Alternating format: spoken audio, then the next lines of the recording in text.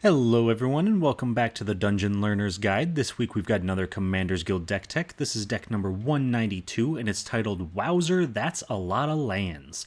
And if you haven't seen the show before, what we're doing is randomly selecting a card from scryfall.com or from among suggested cards, working with a budget of $100 or less and building a commander deck for Magic the Gathering around a theme of the chosen card. So this week, our random card was suggested to us by Cole over on Patreon/Discord, and that card is Wowzer the Aspirational. And yes, I know Wowzer is not technically a legal card, but it is a test card that's been printed in Mystery Booster 2, so I figured it would at least be fun to try it out. And I can't imagine a lot of situations where people would be opposed to this, given some of the text that's on the card. So Wowzer is a colorless, a white, a blue, a black, red, green, and snow mana for a 10/10 legendary snow creature worm. Whenever Wowzer the Aspirational attacks, if you have an energy, control a blood, a clue, a food, a map, a power stone, and a treasure, are the monarch, and have the city's blessing and the initiative, you win the game. So that is a massive total of 10 things we need to win the game, making this a very difficult win condition to pull off.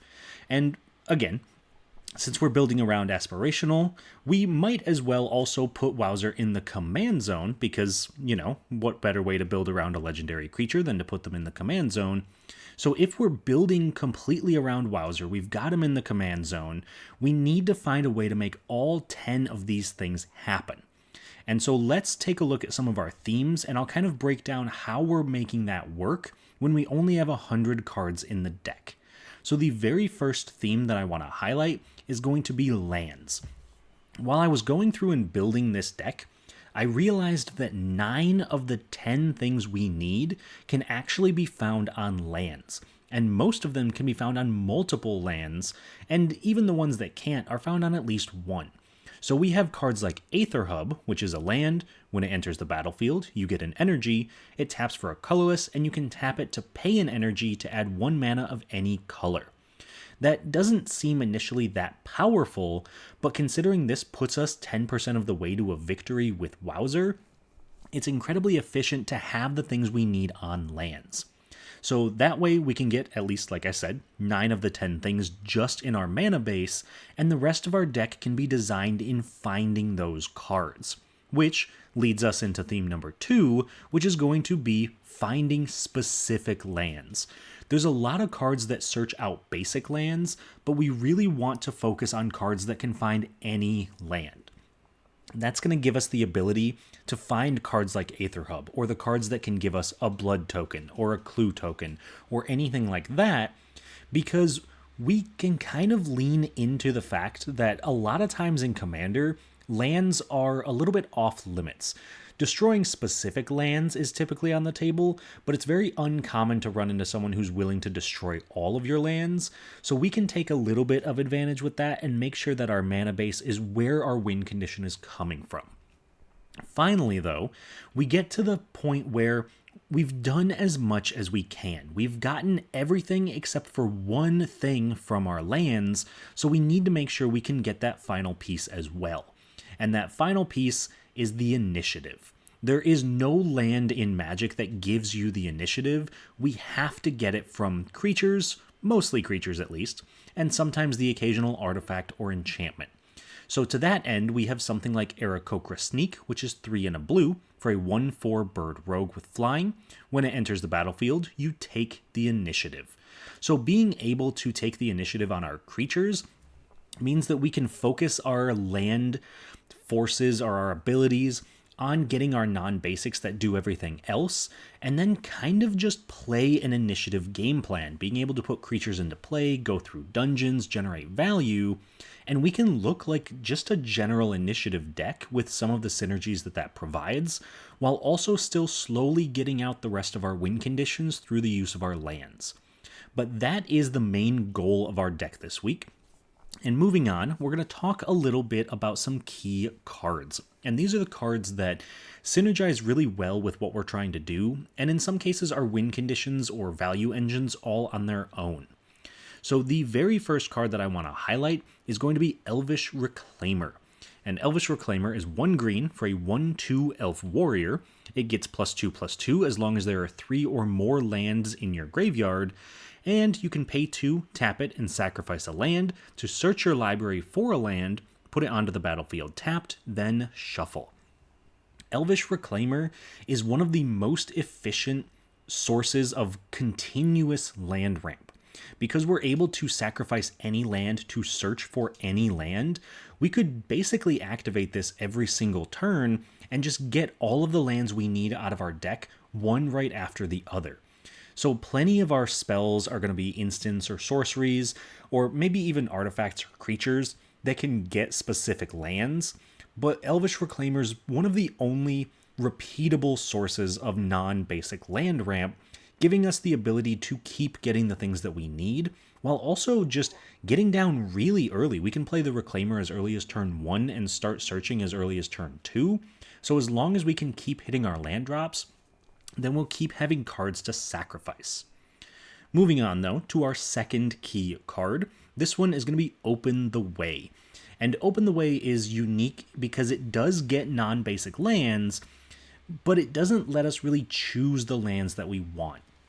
So what it does is for X green, it's a sorcery. X can't be greater than the number of players in the game, so it's usually going to be 4. And you reveal cards from the top of your library until you reveal X land cards. Put those land cards onto the battlefield tapped, and the rest on the bottom in a random order.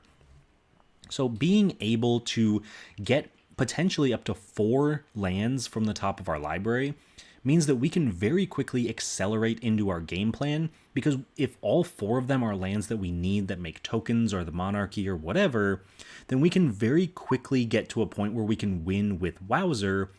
And even if they're not, even if they do happen to just be 4 basics, we are still putting 4 additional lands into play, so we're pretty much accelerating our timetable very, very quickly. And that's going to be especially important because there are some of our lands that specifically need to be tapped and activated to make the token that they need to make.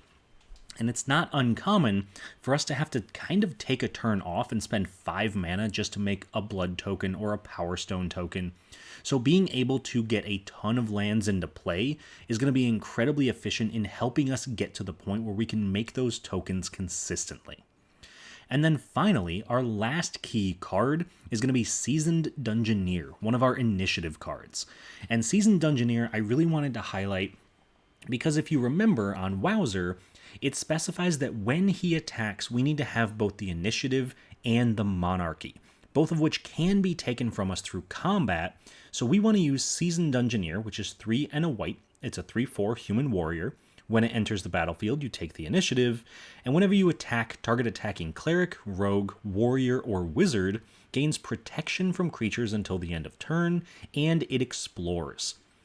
Since the monarchy and the initiative are both related to combat, being able to give a creature, which Seasoned Dungeoneer is a warrior, it can give itself protection from creatures. Being able to give her protection from creatures means that we are able to guarantee we get in for combat damage. Our opponents cannot block whatever we've given this protection to, so we can definitely take back the initiative and the monarchy, and then hopefully, with so many creatures and so many lands at our disposal, all we've got to do is keep the initiative and the monarchy for 1 turn cycle, possibly attack with Wowzer, and then win the game. So Seasoned Dungeoneer is one of the most effective ways for us to continuously retake the initiative and the monarchy, and hopefully once we've taken it enough times, we're going to be put in a position where it's difficult for our opponents to really stop us. But those are all of our key cards for this week, and the next thing we're going to do is take a look at some cool interactions in this deck. These are cards that synergize really well with what we're trying to do, and in some cases are win conditions, value engines, or just fun cards that I wanted to highlight. So the first cool interaction that I want to take a look at is between Loot Dispute and Blood Boil Sorcerer. So Loot Dispute, 3 and a red for an enchantment. When it enters the battlefield, you take the initiative and create a treasure token. Then, whenever you attack the player who has the initiative, create a treasure token, and whenever you complete a dungeon, create a 5/5 red dragon creature token with flying. So we are going to pair that up with Blood Boil Sorcerer, which is 3 and a red for a 3/3 human shaman. Whenever it enters the battlefield, you take the initiative, and you can pay 1 and a red and sacrifice an artifact or creature to goad target creature. This is especially relevant because Loot Dispute is going to be making treasures, which we can sacrifice to the sorcerer, so that way we can goad a creature, possibly get it out of the way for blocking purposes, attack the player who has the initiative that we may have just goaded their creature, make another treasure, take back the initiative, and then also use that new treasure to once again activate Blood Boil Sorcerer. So both of these work very well together, but because they both take the initiative and also give us some additional benefit, they are still very powerful on their own as well. Moving on, though, to our next cool interaction. This one is going to be between Rilsa Rael Kingpin and Feywild Caretaker. And yes, I know we've highlighted 4 Baldur's Gate cards in here, but I do think all 4 of them are incredibly powerful in an initiative deck, so I do want to make sure that they're highlighted. This one in particular, though, between Rilsa, which is a 3 blue-black 2/5 human rogue, she has Death Touch. When she enters the battlefield, you take the initiative, and whenever you attack, target attacking creature gains Death Touch until the end of turn. If you've completed a dungeon, that creature also gets +5/+0, First Strike, and Menace until the end of turn. We're going to partner her up with Feywild Caretaker, which is 4 and a blue for a 3/4 Orc Wizard. When Feywild Caretaker enters the battlefield, you take the initiative, and at the beginning of your end step, if you have the initiative, create a 1/1 blue fairy dragon creature token with flying. So both of these taking the initiative, phenomenal, that's exactly what we want. But then Feywild Caretaker being able to put a token into play, and particularly an evasive token, something that flies, means that when we can try to take the initiative back or take the monarchy back, or maybe we have them and we just want to attack because that's what our deck is also trying to do, then we can give that token Death Touch with Rilsa, and if we've completed a dungeon, it not only gets Death Touch, it also gets First Strike, Menace, and +5/+0, meaning we are swinging with a 6/1 Death Touch, First Strike, Menace, flying fairy dragon, and even if our opponents can find some way to block it, which is going to be very unlikely, the First Strike and Death Touch is going to pretty much take care of anything that they put in front of it. And then at that point, it becomes very difficult for our opponents to retake the initiative because Rilsa herself has Death Touch. And even if they do retake it, we have a massive attacker that is very difficult to block that can just take it back anyway. So Rilsa Rael and Feywild Caretaker, very, very powerful in their own rights, but together they kind of just snowball out of control and put us in a position where it's difficult for us to lose the game. But those are all of our cool interactions, and the next thing we're going to do is take a look at the price of the deck. And this week, our total deck price came pretty close to our budget, but not all the way there, at $80.74, with the most expensive card in the deck being Realms Uncharted at a massive $15.21. Realms Uncharted, though, I do think is a very good inclusion for this deck. It's 2 and a green for an instant. Search your library for 4 land cards with different names and reveal them. An opponent chooses 2 of those cards, put the chosen cards into your graveyard and the rest into your hand, then shuffle your library. The nice thing about our lands being a main portion of our win condition is, like I said earlier, there are multiple lands that can typically act in the same way. We've got multiple lands that can give us energy, multiple lands that can give us tokens, multiple lands that can give us clues. So we are able to kind of double up on all of those things and put our opponents in a position where they can't give us things we don't already have. Being able to use Realms Uncharted to find any 2 lands, especially at instant speed, is very powerful. And honestly, putting them into the graveyard is not the worst thing in the world. We do have a couple of ways to get things back, even though it's not our main focus. But Realms Uncharted is incredibly powerful. But, like I said earlier, it is also incredibly expensive. So if you do want to trim the deck price down to about $65, you can simply cut Realms Uncharted, maybe add another initiative piece or another combat piece, even maybe another land. It's not the end of the world if we don't have Realms Uncharted, but I do think it's good enough that it does deserve the inclusion. On the other hand, though, I do have a suggestion for a card that's a little bit outside of our budget range that I think would very much improve the power of the deck. And that card is a land, and that land is Field of the Dead. I'm sure a lot of people saw this coming once I started talking about having a non-basic land ramp, but Field of the Dead is a massive $31.16, so it is definitely outside of our price range. However, if you can include it, I genuinely think that it is probably the biggest upgrade this deck could get. It is a land that enters the battlefield tapped and only adds a colorless mana, but whenever it or another land enters the battlefield under your control, if you control 7 or more lands with different names, create a 2/2 black zombie creature token. Due to the way that our deck functions, we are almost always going to have 7 lands with different names because we're not running a ton of basics. We want a lot of our value to be coming from our non-basic lands. And because Wowzer has a snow cost in its mana base, we do also have at least one of each snow basic in the land as well. So it is incredibly easy to get to a point where Field of the Dead is making at least one zombie a turn, and honestly, probably it's more than one. So Field of the Dead is a perfect include for this deck. It is just incredibly expensive. If you do decide to put it in though, you can very easily just swap out a forest. They're only about 3 cents. It's a very easy swap, and it puts us in a position that doesn't actually change the contents of the deck too much, but it does very much increase the power of the deck. So that is all I have for our deck tech, and before we jump into a game, because obviously we got to see how this deck functions, I do want to take a second to highlight some of the ways that you can help support the channel if that's something you're interested in doing. So as always, you can just like the video and subscribe to the channel. That does help out quite a bit. But if you're looking to find us on some other social media accounts, you can find us over on Twitter, Reddit, you can send me an email. And if you want to support the channel a little bit more directly, you can also find us on Patreon and right here as a YouTube channel member, where you can get access to some amazing things like the deck lists a week early. You can get access to a Discord channel where we brew up a lot of the decks and also where we play the games that appear on the channel. So if you've ever wanted to be on the channel, that's a great way to do it. Plus, you get a card sent to you every single month.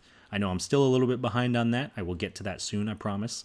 And then you also get the guarantee from me that any card you suggest to be turned into a video for the channel will be turned into a deck eventually. It might take me a little bit, but I promise you I will get to it for all of our patrons and channel members. Obviously, if you are not a patron or channel member, you are still more than welcome to suggest cards. I will do my best to get to everybody, but I can't quite promise it in the same way that I can for our patrons and members. So with all of that being said, I do want to give a huge shout out to our current patrons and members. So a thank you goes out to William Swiftfoot, Doodle, Eric Hui, Jeff Winger, Jeffrey Boos, Salty and Sunshine, Tyler Esme, Sven Van Nimwegen, Patty Whack, Keegan Tawney, and Jakar. So to all of you, thank you all so much for all of your support, and if you would like your name to be listed among them, then check us out on Patreon or right here on YouTube as a channel member. So thank you all so much, and let's get into the game. So this week, we are joined by 3 opponents to test out our Wowzer deck. First up, we have Cole, the person who actually suggested Wowzer, so it's nice that he gets to be in the game, playing Marchesa the Black Rose. We have Doodle playing Tristani Selesnia's Voice, and we have Cow playing Brina the Demagogue. So starting off with Cole and his Marchesa deck, this is a +1/+1 counter deck. He really wants to focus on creatures that are powerful in combat or have powerful enter the battlefield effects, so he can consistently play them, attack, get a counter, they might die, and then he can bring them back with Marchesa's ability. And I've played against Marchesa a couple of times, and every time I've played against it, it always does something different, which I think is a huge benefit for this commander, so I'm very excited to see what Cole can do with this. Our next opponent is Doodle with Tristani. This is, as odd as it may be to say, this is a Selesnya Reanimator deck, so he really wants to lean pretty hard into putting creatures with enter the battlefield effects into his graveyard, and then finding ways to make copies of them with cards like Seance, and then being able to use those token copies and populate them with Tristani to keep them around permanently, rather than sacrificing them at the end of turn. So this deck has shown up on the channel before, and it put in a ton of work the last time it did. So I do think, looking at all of our opponents, I think this one is probably our biggest threat at the table. Tristani is kind of sneakily powerful. Being able to continuously gain life means that you can keep beating them down and they just kind of keep bouncing back. So I am a little bit worried about that, but I am very interested to see what Doodle can do. And then last but not least, we have Cow in his Brina deck. And I think that Brina is also definitely a commander to watch out for. I have lost to Brina many times in the past. I know that Cow's deck is very powerful. It has a lot of combat synergies, a lot of ways to benefit from Brina's triggers.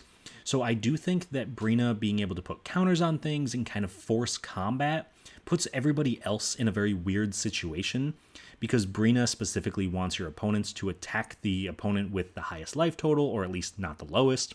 Marchesa wants to be attacking with the highest life total. Tristani's going to be gaining life, so Tristani might frequently be a target.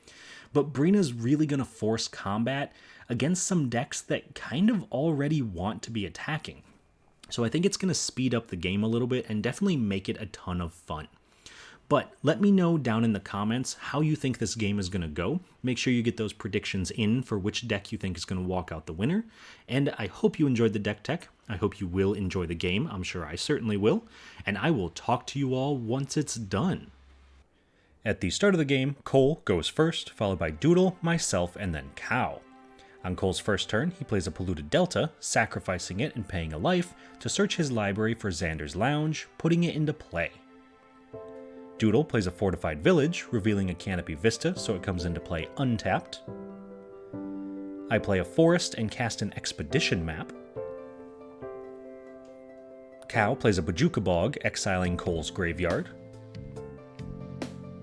Cole plays an Arena of Glory, then at the end of turn, Doodle casts Enlighten Tutor, searching his library for an artifact or enchantment, in this case Elemental Bond, putting it on top of his library. Then, on Doodle's turn, he plays a Forest, casts a Soul Ring, and then also casts the Elemental Bond, letting him draw a card when a creature with power 3 or greater enters under his control. I play a Swamp, and activate my Expedition map, sacrificing it to search my library for a land, specifically Heapgate, putting it into my hand. Cow plays a Swamp and casts Mindstone. Cole plays a Watery Grave untapped, paying 2 life, then cast Polywog Prodigy, which has Evolve and lets him draw a card whenever an opponent casts a non-creature spell that has mana value less than the Prodigy's power. After that, he casts his own Soul Ring. Doodle plays a Canopy Vista tapped. I play a Heapgate, then cast Sylvan Scrying, searching my library for a land card, this time getting Gondgate, putting it into my hand. Cow plays a Plains and casts his commander Brina the Demagogue, so now whenever a player attacks one of his opponents that doesn't have the lowest life total, Cow gets to put 2 +1/+1 counters on a creature while the attacking player draws a card. Cole plays a Mountain and casts his commander, Marchesa the Black Rose, giving all his creatures Dethrone and returning any of his creatures that die from the graveyard to the battlefield in the next end step, as long as they had a +1/+1 counter on them. He then attacks me with the Polywog, putting a +1/+1 counter on it thanks to Dethrone, drawing a card, and Cow puts 2 +1/+1 counters on Brina, so I take 2 damage. Doodle plays a Sun Petal Grove and casts his commander, Tristani Selesnia's Voice, letting him gain life equal to the toughness of any creature that enters under his control, and she can also be activated to populate. I play a Gondgate, now letting my gates enter untapped, and cast Loot Dispute, making a treasure, taking the initiative, searching my library for a basic land, putting it into my hand. This also now lets me make a treasure token when I attack the player with the initiative, and I make a 5/5 dragon whenever I complete a dungeon. Cow plays a Tainted Field and casts Shadric Silverquill, immediately triggering him when Cow moves to combat, letting him choose 2 abilities, each targeting a different player, from among letting a player make a 2/1 Inkling token, letting a player draw a card and lose a life, or letting a player put a +1/+1 counter on all their creatures. This time he chooses himself to make the Inkling and lets me draw a card and lose a life.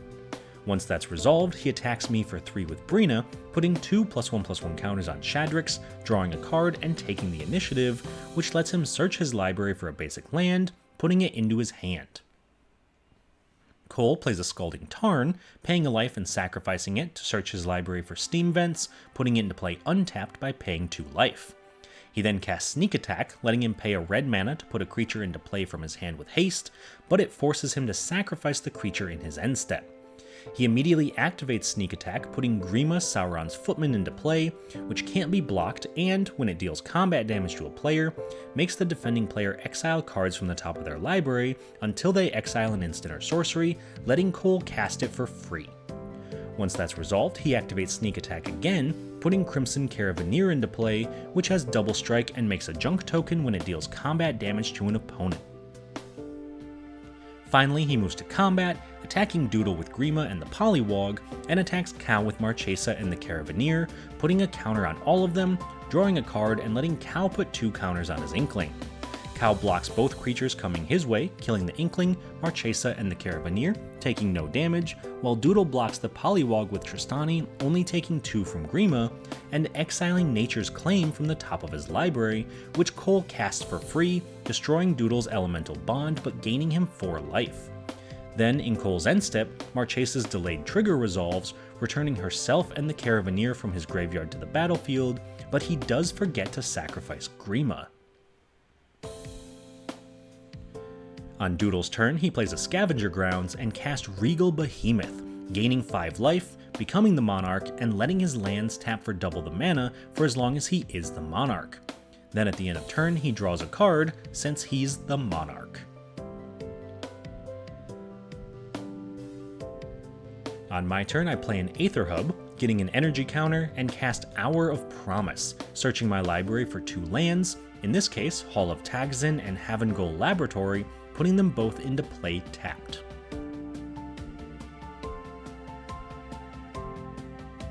In Cal's upkeep, the initiative triggers, letting him scry 2, then he plays a Plains, and when he moves to combat, Cal makes an Inkling token and lets Doodle draw a card and lose a life. He then attacks Doodle with Shadrax, triggering Brina, putting 2 +1/+1 counters on the dragon, drawing a card and doing 12 damage to Doodle, becoming the Monarch. In his second main phase, Cal casts a Windborn Muse, making each opponent pay 2 mana to attack him. Then he also casts a Soul Snare, which he can pay 1 mana and sacrifice to exile target creature that's attacking him. This triggers Cole's Pollywog, letting him draw a card, and finally at the end of turn, Cal also draws a card since he's now the Monarch. On Cole's turn, he activates Sneak Attack, putting Overlord of the Flood Pits into play, drawing 2 cards and discarding a card when it enters or attacks. He then plays a Command Beacon and attacks Doodle with the Overlord for 5 and attacks me with Grima for 2. On attacks, Cole draws 2 and discards a card, then when Grima hits me, I exile Negate from the top of my library, which Cole can't cast. In his second main phase, Cole casts a Black Market Connections, then sacrifices the Overlord in his end step. Doodle plays a Temple Garden untapped, paying 2 life, and casts Mirari's Wake, letting his lands produce an additional mana and giving his creatures +1/+1. He also casts an Altar of Bone, sacrificing Regal Behemoth to search his library for a creature, specifically Fauna Shaman, putting it into his hand. This also triggers Cole's Pollywog, letting him draw a card. After that, Doodle casts the Fauna Shaman, which can be activated for 1 green mana, tapping it and discarding a card to search his library for a creature to put it into his hand, and he also gains 3 life thanks to Tristani. On my turn, I play an island and cast Aarakocra Sneak, taking the initiative and scrying 2. After that, I cast Seasoned Dungeoneer, taking the initiative again, this time goading Shadrax.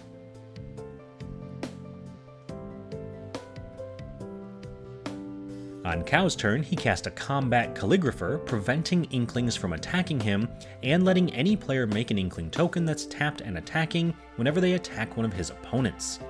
When he moves to combat, Cow puts a +1/+1 counter on all his creatures and lets Doodle make an Inkling. He then attacks Cole with Shadrix, attacks me with Windborn Muse, and attacks Doodle with Brina. On attacks, he creates an Inkling that's tapped and attacking each of us, draws 2 cards, puts 2 +1/+1 counters on Brina and an Inkling, then Cole takes 16, Doodle blocks Brina with his Inkling, killing it and taking 4, while I block the Inkling, killing it and still taking 3, while Cow reclaims the initiative and goads Grima. Finally, at the end of turn, Cow draws for being the Monarch. In Cole's upkeep, Black Market Connections triggers, so he pays 3 life to make a treasure token and draw a card. He also plays a Fiery Islet and casts Fell the Profane, destroying Shadrix.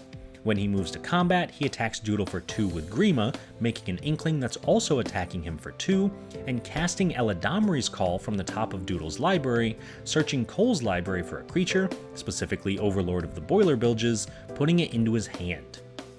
In his second main phase, he activates Sneak Attack, putting the Overlord of the Boiler Bilges into play, doing 4 damage to Windborn Muse when it enters, killing it. After that, Cole casts a Giggling Skitter Spike, and at the end of turn, sacrifices his Overlord. On Doodle's turn, he activates Fauna Shaman, discarding Seedborn Muse to search his library for Karmic Guide, putting it into his hand and immediately casting it, returning the Seedborn Muse from his graveyard to the battlefield, now letting him untap all his permanents on each other player's upkeep. And he also gains a total of 8 life with Tristani. Once that's resolved, he casts Phyrexian Processor, paying 8 life when it enters, so he can activate it to create an 8/8 Phyrexian minion token, which he immediately does, gaining 9 life when it enters.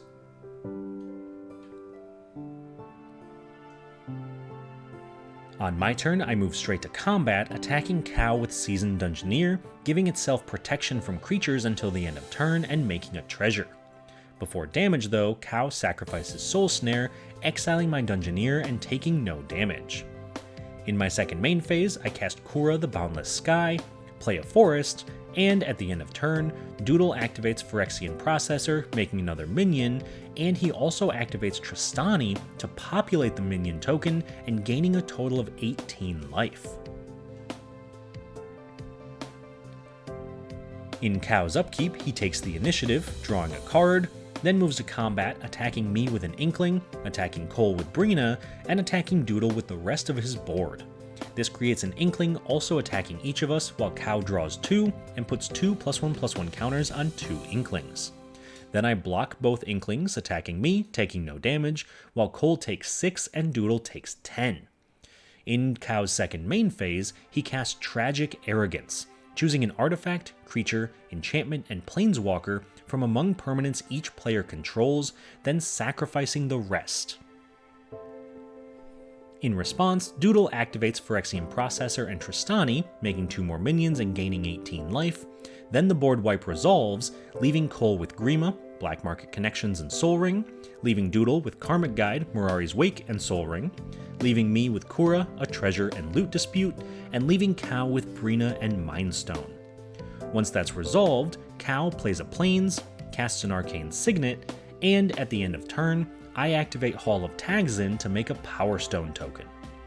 Also at the end of turn, Cow draws a card for being the Monarch, and Polywog Prodigy returns to play under Cole's control. In Cole's upkeep, he pays 3 life for Black Market Connections, making a treasure and drawing a card, then plays an island and sacrifices Fiery Islet to draw a card. He also casts an Emperor of Bones, which triggers immediately when he moves to combat, exiling Fauna Shaman from Doodle's graveyard. He then attacks Doodle for 2 with Grima, exiling Court of Calling from the top of his library, searching his library for a creature with mana value 0 and putting it into play, but Cole fails to find.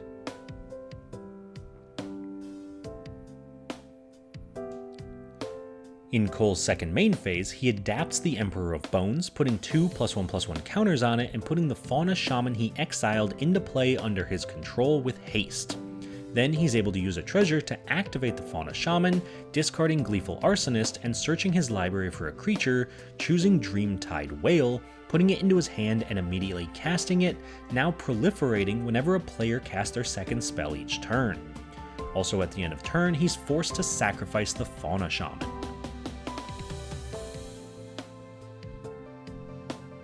In Doodle's upkeep, he doesn't pay the Echo cost for Karmic Guide, sacrificing it, then casts Mimic Vat, exiling any creature that dies and being able to make a token copy of it, sacrificing it at the end of turn. Then he also recasts his commander Tristani, letting Cole proliferate. Once that's resolved, Doodle casts Seance, letting him exile a creature from his graveyard in each upkeep, making a token copy of it that has to be sacrificed at the end of turn. Then he also draws for being the Monarch. In my upkeep, Doodle exiles Karmic Guide from his graveyard, creating a token copy of it, and returning Regal Behemoth from his graveyard to the battlefield when it attacks. He then becomes the Monarch, gains 9 life, and then I attack Cal for 4 with Kura, making a treasure, taking the initiative, and drawing a card. In my second main phase, I cast Rilsa Rael Kingpin, so whenever I attack, a target attacking creature gains Death Touch until the end of turn, and also gains Menace, First Strike, and +5/+0 if I've completed a dungeon.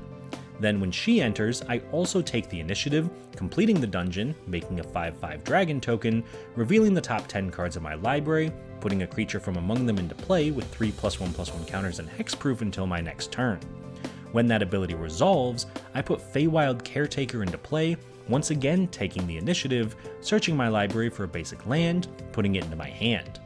Once that's resolved, I play a Snow-Covered Plains, and finally, in my end step, Feywild Caretaker triggers, making me a 1/1 Fairy Dragon token since I have the initiative. Cal moves straight to combat on his turn, attacking Doodle with Brina, drawing a card and putting 2 counters on her, hitting Doodle for 8 and taking the Monarchy. In his second main phase, Cal casts Scholarship Sponsor, letting each player search their libraries for a number of basic lands equal to the difference between the number of lands they control and the number of lands controlled by the player with the most, putting them into play tapped. Since I have the most with 10, Cole, Doodle, and Cal all search their libraries for basics and put them into play until they have 10 lands. Cal then plays a Swamp, casts Ghostly Prison, making each opponent pay 2 to attack him, and since it's his second spell, Cole proliferates. Then at the end of turn, Cal draws for being the Monarch. In Cole's upkeep, he pays 2 life to draw a card with Black Market connections, casts Tezzeret's Gambit, drawing 2 cards and proliferating, then sacrifices Command Beacon to put Marchesa from his command zone into his hand, immediately recasting her, proliferating. After that, he cast Herald of Secret Streams, making his creatures with +1/+1 counters unblockable.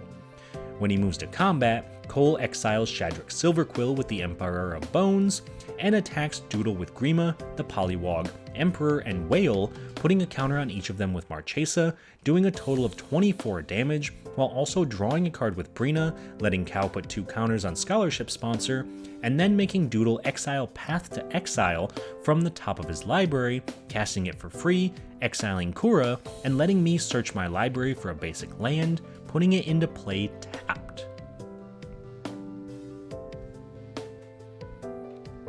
In Doodle's upkeep, he exiles Seedborn Muse with Seance, putting a token copy of it into play and gaining 5 life. He then casts a Blanchwood Prowler, milling 3 cards when it enters, putting Overgrown Farmland from his graveyard into his hand and gaining 2 more life. After that, he activates Tristani, populating the Seedborn Muse token, gaining 5 more life, and attacks Cole for 6 with Regal Behemoth, but he blocks with his Herald and Marchesa, killing both of his blockers but taking no damage, while Doodle exiles Herald of Secret Streams with Mimic Vat, activating it in his second main phase to create a token copy of it and gaining 4 life. After that, Doodle also cast Aetherflux Reservoir, gaining a life whenever he casts a spell, for each spell cast before it this turn, also letting him pay 50 life to do 50 damage to any target. Since this is his second spell for the turn, Cole also gets to proliferate. Finally, in Doodle's end step, he sacrifices the original Seedborn Muse, as well as the Herald token, but gets to keep the populated Seedborn Muse token. Still in the end step, I activate Havengul Laboratory, creating a clue token, and then cast Crop Rotation, sacrificing a forest to search my library for a land, in this case Arch of Orazca, putting it into play and getting the city's blessing.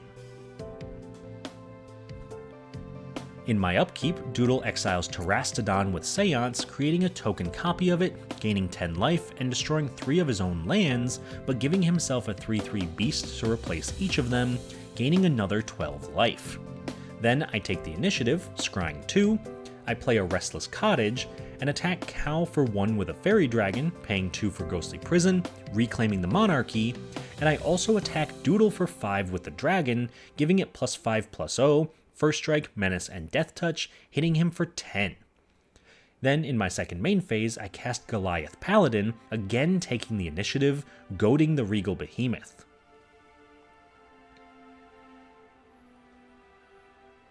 When I move to my end step, I make a Fairy Dragon and draw for being the Monarch, while Doodle activates Mimic Vat, making a token copy of Herald of Secret Streams, gaining 4 life, then populates the Terastodon token with Tristani, gaining 10 more, destroying 3 of Cow's lands and replacing them with 3/3 beasts.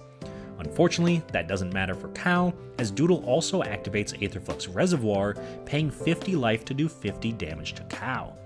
In response though, Cow decides to make an impact on his way out of the game, casting Despark to exile the Aetherflux Reservoir before he takes 50 damage and gets knocked out of the game. In Cole's upkeep, Doodle exiles Fauna Shaman from his graveyard, making a token copy of it with Seance and gaining 3, and then activates Tristani to populate Terastodon again, gaining 10, destroying 2 of Cole's lands and his Soul Ring, replacing them with 3/3 beast tokens. Once that's resolved, Cole pays 2 life for Black Market Connections, drawing a card, casts a Mind Stone, immediately sacrificing it to draw another card, and then also casts a Sonic Screwdriver. This lets him proliferate, and he activates it to make Emperor of Bones unblockable this turn. This lets him go to combat and attack Doodle for 29 damage with his Whale, Emperor, and Grima, and Doodle blocks the Whale with Blanchwood Prowler, killing it, putting it under Mimic Vat, and still taking 19 damage before exiling Nature's Lore from the top of his library, which Cole casts for free, searching his library for a forest, which he fails to find. At the end of turn, Doodle activates Mimic Vat to make a token copy of Blanchwood Prowler, milling 3 when it enters, then it gets a +1/+1 counter and he gains 3 life. In Doodle's upkeep, he exiles Sun Titan with Seance, making a token copy of it, returning a permanent mana value 3 or less from his graveyard to the battlefield, returning Elemental Bond, gaining Doodle 7 life. He then plays an Overgrown Farmland and activates the Mimic Vat, putting a token copy of Blanchwood Prowler into play, milling 3, putting a +1/+1 counter on it, drawing a card, and gaining 3 life. Notably here, he mills a Riftstone Portal, meaning all his lands can now tap for either green or white. After that, he casts Greater Good, which allows him to sacrifice a creature to draw cards equal to the creature's power, then discard 3. He activates Tristani, populating his Sun Titan token, gaining 7 life, drawing a card and returning a forest from his graveyard to the battlefield. Once that's resolved, Doodle moves to combat, attacking Cole for 14 with 2 elephants and the behemoth, and attacks me for 28 with 2 Terastodon tokens and 2 elephants. Before the damage though, I cast Aetherize, returning all attacking creatures to their owner's hands. In response to that, Doodle sacrifices Blanchwood Prowler and Terastodon to draw 13 cards and discard 6. Then the Aetherize resolves, returning the rest of his attackers to his hand, so Cole and I take no damage. In Doodle's second main phase, he cast Avenger of Zendikar, making 9 0/1 plant tokens since he controls 9 lands. He gains 24 life, draws a card, and then is able to put a +1/+1 counter on each plant he controls whenever a land enters under his control. In my upkeep, Doodle exiles Ameria Shepherd with Seance, drawing a card and gaining 5 life, then populates his Sun Titan token with Tristani, gaining 7 more life, drawing a card and returning a Plains from his graveyard to the battlefield. This also triggers the Ameria Shepherd, which returns Phyrexian Processor from his graveyard to the battlefield, paying 40 life when it enters, and he also puts a +1/+1 counter on all of his plants. Still in my upkeep, he activates the Phyrexian Processor, making a 41/41 minion token, gaining 41 life. After that, Doodle sacrifices a Sun token to draw 7 cards and discard 3. Finally, I take the initiative, drawing a card and moving my first main phase. I cast Stirring Bard, taking the initiative, making a dragon, looking at the top 10 cards of my library, putting Tomb of Horrors Adventurer into play from among them, putting 3 +1/+1 counters on it, and then taking the initiative, searching my library for a basic land, putting it into my hand. Then, since I've completed a dungeon, the Adventurer lets me copy the second spell I cast each turn. After that, I activate the Restless Cottage, and then move to combat, turning it into a 4/4 creature that makes a food token and exiles a card from a graveyard when it attacks, so I can attack Doodle with a dragon and the cottage, making a food, exiling his Bramble Sovereign, and giving the cottage +5/+0, Death Touch, Menace, and First Strike. Before blocks, Doodle casts Rootborn Defenses, giving his creatures indestructible and populating his Ameria Shepherd token, gaining 5 life and drawing a card. This lets him block all my attackers, killing them. Then, in my second main phase, I play a forest and cast Inspiring Overseer, copying it twice since it's the second spell of the turn, letting Cole proliferate, and letting me draw a total of 3 cards and gain 3 life when they enter. Finally, in my end step, I draw a card for being the Monarch and make a Fairy Dragon token. In Cole's upkeep, Doodle exiles Elvish Visionary with Seance, making a token copy of it, drawing a card and gaining 2 life, while Cole pays a life to make a treasure token with Black Market connections. After that, Cole uses Sonic Screwdriver to make Emperor of Bones unblockable, moves to combat, exiles Airlift Chaplain from Doodle's graveyard, and attacks him for 22 with Grima and the Emperor. Before damage, Doodle casts Beast Within, destroying Grima and giving Cole a 3/3 Beast token, but wanting to go out on his own terms, Cole cast Plumb the Forbidden, sacrificing Grima to draw a card, lose a life, and knocking himself out of the game. At the end of turn, Doodle activates Phyrexian Processor, making a minion token and gaining 41 life, before also populating it with Tristani to gain another 41 life and drawing 2 cards. In Doodle's upkeep, he exiles Woodfall Primus with Seance, creating a token copy of it, destroying my food token, then cast Panharmonicon, doubling his Enter the Battlefield effects. Luckily for Doodle, he doesn't really need it though, as he's able to just attack me with his entire board, and even through blocks, I still take 36 damage, knocking me out and winning Doodle the game. Alright, so that was a sweet game, and I'm not going to lie to you, that was an incredibly long game. The unedited version of that game was about 2.5 hours because there was just so many triggers and so much happening, but it was very cool to get to see everybody's deck do kind of what they wanted it to do. Because I know Cow did very well with Brina, kind of unfortunate that he got knocked out with the Aetherflux Reservoir, but definitely saved the rest of us with the very timely Despark. Not quite going the way we wanted it to. We still couldn't claw our way back in. But Brina was doing a ton of damage, and Shadrix was incredibly powerful. And I'm not going to lie, every time I see Shadrix, I am very tempted to try to build my own Shadrix deck, because it just looks so incredibly powerful and so much fun. So maybe sometime I'll give that a shot. Moving around the table for Cole in his Marchesa deck, I think that he also kind of did what he wanted to do. He kept putting down just these massive threats that kept getting in for damage, being able to give them unblockable, being able to just keep putting counters on them and proliferating was very, very cool. And I think the sneak attack tech was perfect for Marchesa. Being able to put a creature in with haste, immediately swing, get a counter, and bring it back means he could kind of cast anything in his deck for just a single mana. And I also think that the Overlords from Duskmourn were very, very cool inclusions. This idea that they have an Enter the Battlefield effect, and then they also have an attack trigger, which I think was super cool. So I think there was a lot of sweet tech in that deck. And then finally, we get to our winner of the game, talking about Doodle. It was a very impressive victory from Doodle. Over the course of the game, he gained literally several hundred life, so I think that being able to obviously keep gaining life put him in a position to win, because we did quite a bit of damage to him over the course of the game, and Doodle recognized that the only real threat to him by the end of it was Brina being able to take him out with commander damage, or Wowzer being able to win with all of our tokens, so he rightfully took out Brina before she could become a major threat, and then got himself in a position where he didn't really have to worry about us, because he was able to keep us to about 8 different of our 10 win conditions. So that is why we stumbled a little bit. But overall, I think our deck also did very well. I was actually very impressed and very happy with how the deck performed. The initiative really felt strong, and it felt like we were able to just keep accruing value throughout the course of the game, keep putting creatures into play, keep ramping, doing that kind of thing, and then slowly behind the scenes building up the tokens that we needed. And like I said, by the end of the game, we wound up with an energy, we had a clue, a food, we had a power stone, a treasure, the city's blessing, the monarchy, and the initiative. So we were only missing a map and a blood.